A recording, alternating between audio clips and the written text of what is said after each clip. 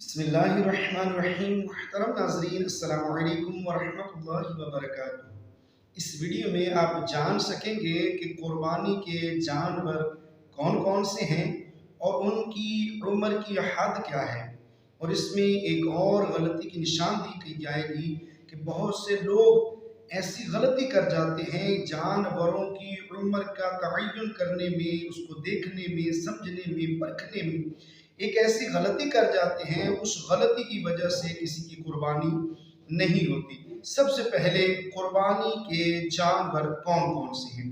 कुर्बानी के जानवर जो बयान किए गए हैं, वैसे तो कुरान पाक में जो हुक्म आया बहीमतुल अनाम यानी वो चौपाए जो घर में पाले जाते हैं, और इसके अलावा जो हदीस तैयबा में इसकी तफसील आई है वो समाअत कीजिए। हदीस तैयबा में जो जानवर बयान किए गए हैं, नंबर 1 ऊंट, नंबर 2 गाय, नंबर 3 बकरा या बकरी, भेड़, दुम्बा, छतरा, ये इसमें सारे शामिल हैं। वजाहत कर दूं कि ऊंट, इसमें ऊंट है, ऊंटनी है, उनकी कुर्बानी जायज़ है। इसी तरह गाय, गाय की, बैल की, भैंस की, भैंसे की, इनकी कुर्बानी एक ही यानी कि जिन्स है, तो एक ही जिन्स के एतबार से इनकी कुर्बानी जो है वो जायज़ है।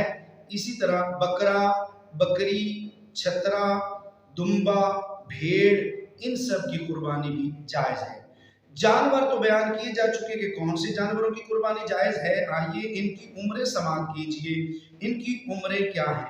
सबसे पहले ऊंट है या ऊंटनी है, उनकी उम्र जो है वो 5 साल बयान की गई। ऊंट या ऊंटनी की उम्र 5 साल है। अगर 5 साल में से एक दिन भी कम हुआ तो उसकी कुर्बानी जायज़ नहीं होगी। ये बड़ी गलत फहमी है जिसमें हम पड़े हुए हैं और हम ख्याल नहीं करते कि उम्र का ख्याल करना इंतहाई ज़रूरी और लाजमी है। कुर्बानी के लिए जब आप इतना खर्च कर रहे हैं, इतनी मेहनत कर रहे हैं, इतनी मुशक्क़त कर रहे हैं और अल्लाह ताला की बारगाह में ये कुर्बानी पेश करनी है, तो इसमें इस चीज़ का ख्याल रखा जाए कि बंदा बिल्कुल दुरुस्त अंदाज के साथ और सही तरीके से अल्लाह की बारगाह में कुर्बानी पेश करे ताकि अल्लाह रब्बुल आलमीन इसे कबूल फरमाए। आइए नंबर 2 पे है गाय, बैल, भैंस, भैंसा, जिसे कट्टा वगैरह अमूमन कहा जाता है, कट्टा भी इसमें शामिल है।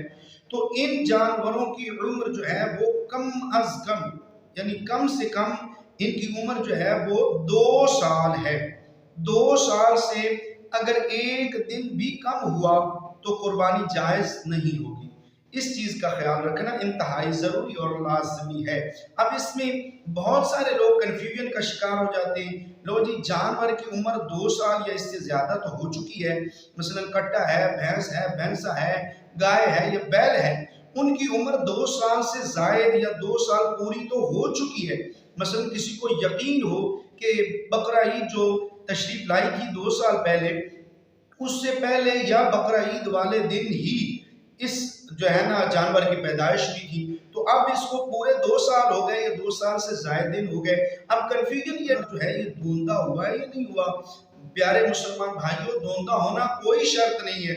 शरीयत ने उम्र की हद बयान की है, उम्र का पूरा होना इंतहाई ज़रूरी है। और उम्र भी इस्लामी महीनों के हिसाब से, शमसी साल के हिसाब से जो उम्र है इसका तयन होगा, अंग्रेजी के हिसाब से नहीं होगा। मसलन इस्लामी महीनों के मुताबिक उसके साल जो है वो शुमार किए जाएंगे, काउंट किए जाएंगे।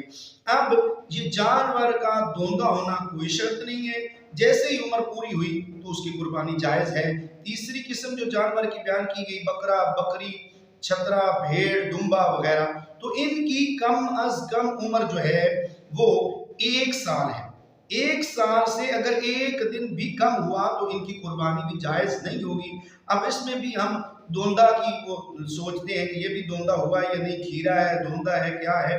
अभी खीरा है कि धोंधा नहीं हुआ, साल तो 1 साल या इससे ज़ायद तो इसकी उम्र हो चुकी है, लेकिन अभी ये खीरा है, धोंधा नहीं हुआ। ज़रूरत इस चीज़ की है कि जानवर जो है उसकी जो उम्र शरीयत ने बयान की है, उसकी उम्र अगर मुकम्मल हो गई है, पूरी हो गई है, तो उसकी कुर्बानी जायज़ है। और अल्लाह की राह में बेहतरीन और अच्छे और खूबसूरत और महंगे जानवर कुर्बान कीजिए और अल्लाह पाक को राज़ी कीजिए। दुआ है कि रब्बुल आलमीन हम सबको नेक अमल की तौफीक नसीब फरमाए। आमीन बिजाहि ख़ातमिन नबीय्यीन सल्लल्लाहु अलैहि वसल्लम।